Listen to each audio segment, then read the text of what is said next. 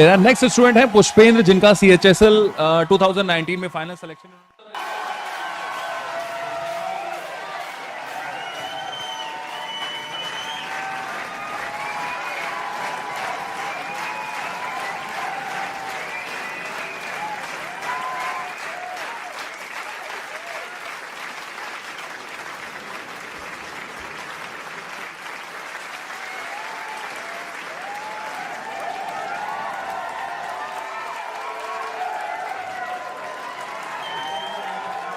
हौसला वो मंजिल भी आएगा, प्यासे के पास चलकर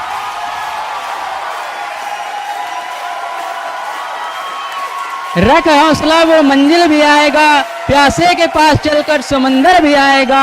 थक कर न बैठे मंजिल के मुसाफिर, मंजिल भी आएगी और मिलने का मजा भी आएगा।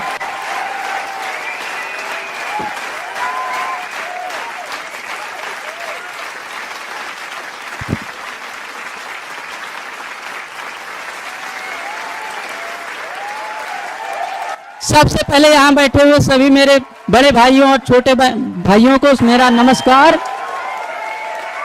और सर के चरणों में सादर अभिनंदन है, वंदन है, क्योंकि मेरी जो सफलता की यात्रा है वो सर के चरणों से ही शुरू हुई है। मैंने 2018 में बैच ज्वाइन किया था, जब क्लास वहाँ लगती थी, तो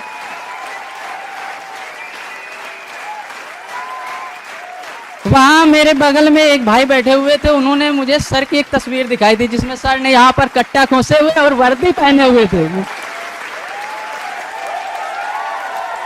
तो वो वर्दी मुझे इतनी भा गई कि वो वर्दी आज भी मेरी छवि में है, लेकिन वो वर्दी अभी पा नहीं पाया हूँ।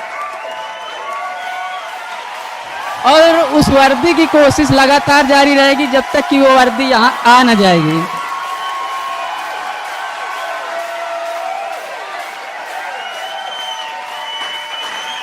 मेरे यहाँ पर 3-4 दोस्त ऐसे बैठे हैं जो मुझसे शायद बहुत अधिक मेहनत करते हैं, लेकिन उनमें से सफलता अभी तक शायद नहीं हाथ लग पाई है, लेकिन उसका कई कारण हो सकते हैं।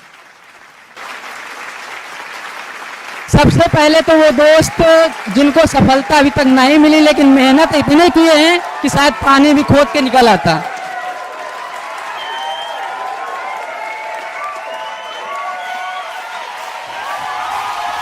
तो सबसे पहले उन दोस्तों के लिए एक शब्द है कि वो पहले जिद्दी बने,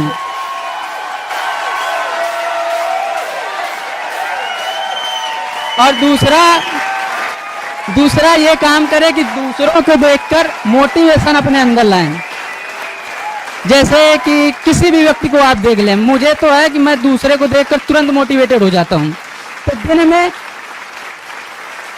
में मैं कम से कम 8 से 10 बार मोटिवेटेड हो जाता हूं।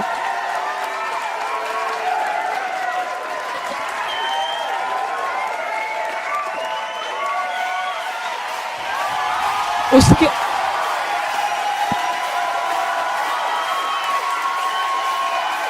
ये 2 चीजें हैं जिसने मेरी सफलता में 4 चांद लगा दिए।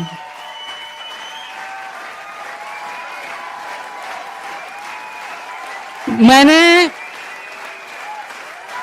3 बार CSL क्वालिफाई किया है, सॉरी 3 बार नहीं, 2 बार CSL, 2 बार MTS, 1 बार जूनियर असिस्टेंट, लेकिन फाइनल सिलेक्शन इस वाले में हुआ है।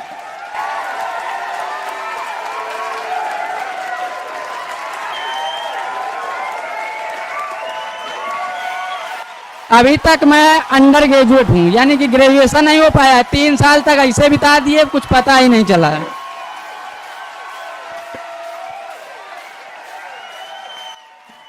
अब एक काम की बात, जो भाई अभी तक सक्सेस नहीं हुए वो सुने।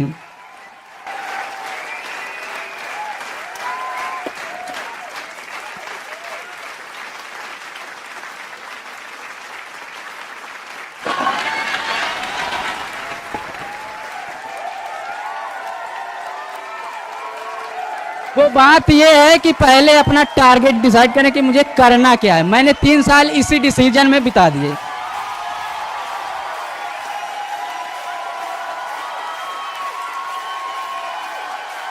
पहला साल मेरा गया एयरफोर्स की तैयारी में, जिसमें मैं आंखों से बाहर कर दिया गया, यानी मेडिकल अनफिट।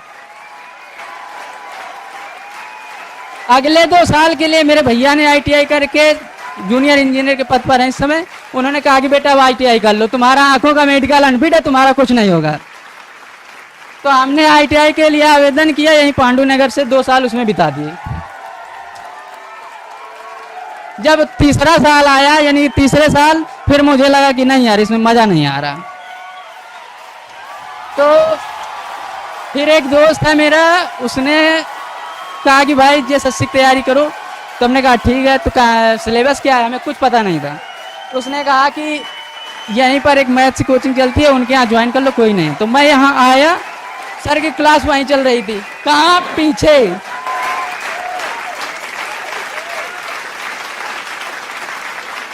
मेरी एक आदत थी कि मैं पहले टीचर को जज जरूर करता हूँ कि टीचर मेरे हिसाब से है कि नहीं।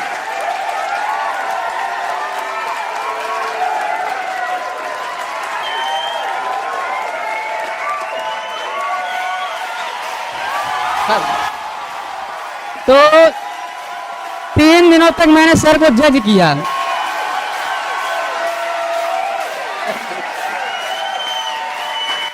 जज किया तो इनसे क्वेश्चन के ऊपर क्वेश्चन, आज जो क्वेश्चन नहीं हो पाया तो कल पूछा, कल नहीं हो पाया परसों पूछा, यानी क्वेश्चन के ऊपर क्वेश्चन 3 दिन इनके ऊपर किए।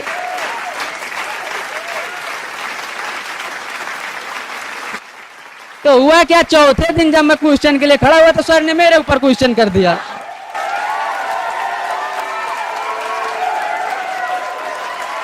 जब मेरे ऊपर क्वेश्चन किया तो मुझे लगा कि नहीं यार, बस बंदे में दम है तो है।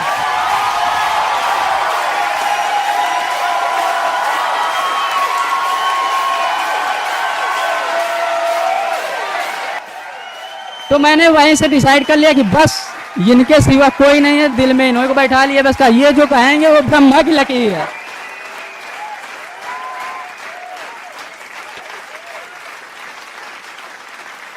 तो इन्होंने जो कुछ भी दिया, यानी कि आज का काम आज करना, कल का काम, इन्होंने यहाँ तक कि 300-300 क्वेश्चन देते थे, तो मैं दिन भर चाहे मैथ ही लगाऊं लेकिन करके अगले दिन वही लाना है, और कुछ नहीं करता था मैं। तो यानी कि मैंने प्रैक्टिस खूब किया, और उस प्रैक्टिस की वजह से मैं कभी मैथ में हारा नहीं, हमेशा पास हुआ हूँ। 20, 22, 24 नंबर ऐसे आते, कितना भी कठिन पेपर।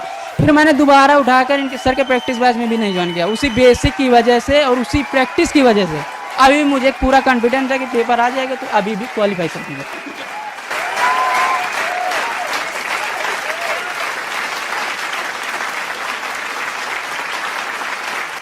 आप सुनिए, मेरे जो टाइपिंग है वो सेकंड पेपर होता है जिसमें CSL के लिए वो रिटर्न का, मेरे पास एंड्रॉयड फ़ोन नहीं था और आ गया था कोविड-19। तो सर देते थे टॉपिक, तो मैं टॉपिक तो मुझे मिल जाते थे दोस्तों से, लेकिन अब समस्या थी कि वो सोर्स मैं निकालूं कहाँ से। तो मैं जितने भी आते थे 8-10 क्वेश्चन मैं सबको तैयार कर लाता था, और जब सबको तैयार कर लाता कोई भी क्वेश्चन आ जाता आराम से लिख के आप ऑटोमेटिक दे देता था। उससे एक प्रैक्टिस मैंने की थी, तो उसकी वजह से मुझे दोनों पेपरों में, एक में से 70 नंबर आए थे, एक में 67, 100 में से। और मुझे पूरा विश्वास हो गया था कि अब लिखना उखना कोई ज़्यादा कठिन काम नहीं है, आराम से लिख जाता है। तो एक बार, मेरे कहने का मतलब यह है कि एक बार आप बेसिक पूरा यहाँ से उठाइए वहाँ तक पूरा पलटा दीजिए।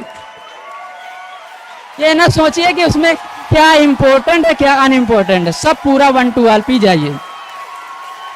अब आई बात टाइपिंग के लिए, तो टाइपिंग जब हम करने गए तो हमें कुछ नहीं आता था, 3 महीने लगे रहे, कुछ पता ही नहीं चला। फिर हमने कहा लगे रहेंगे क्यों नहीं आएगी। एक बार सर के लिए इन्होंने, सर जब सिलेक्ट हुए थे तब सर बता रहे थे कि टाइपिंग इन सर की नहीं क्लियर हो पा रही थी। तो हमने सोचा यार सर की जब नहीं हो पा रही थी तो ये सिलेक्ट कैसे हो गए। इसका मतलब है कि अगर प्रैक्टिस की जाए तो कुछ भी असंभव नहीं है। तो हमने सोचा हम भी प्रैक्टिस करेंगे, कैसे टाइपिंग नहीं निकलेगी। तो वो सब प्रैक्टिस इतने की कि मतलब 45-50 वर्ड पर मिनट निकलने लगी और पेपर में क्वालिफाई हो गया। जब सेकंड पेपर की बारी आई तो अभी मेरे पिताजी का हॉस्पिटल में थे और पेपर की टाइपिंग यहीं लगी हुई थी। मैंने 6 महीने से कोई टाइपिंग नहीं की और वहाँ देकर आया था तो 1750 में थे, मेरे 1742 वर्ड निकल आए थे और टाइपिंग क्वालिफाई थी। 6 महीना बंद प्रैक्टिस।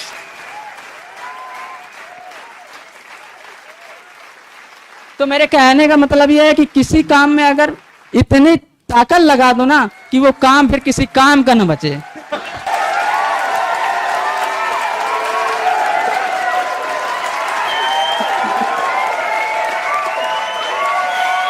और जिंदगी में असफलताओं से कभी हारना नहीं चाहिए, क्यों कि असफलता एक चुनौती है, इसे स्वीकार करो। असफलता एक चुनौती है, इसे स्वीकार करो। क्या कमी रह गई देखो और सुधार करो।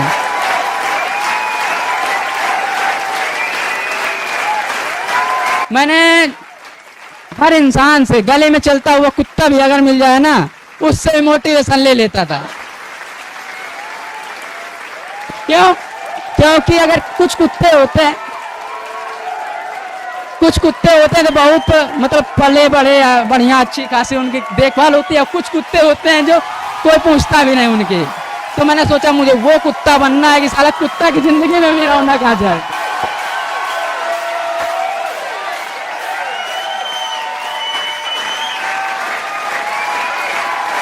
तो आप भी अपने अंदर कम से कम इतनी कोशिश करिए कि ना कि सबसे बदतर जिंदगी में भी सबसे बेस्ट बन के दिखाइए।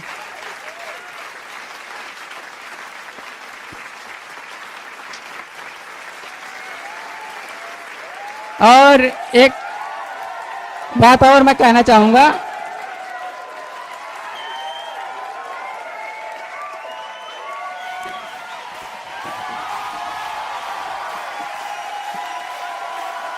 जो सफर की शुरुआत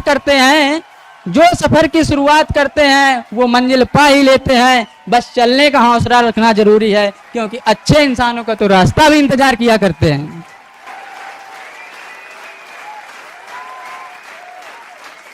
बस इन्हीं शब्दों के साथ मेरा भाषण खत्म। आप लोग अपना आगे देखिए। Thank you so much.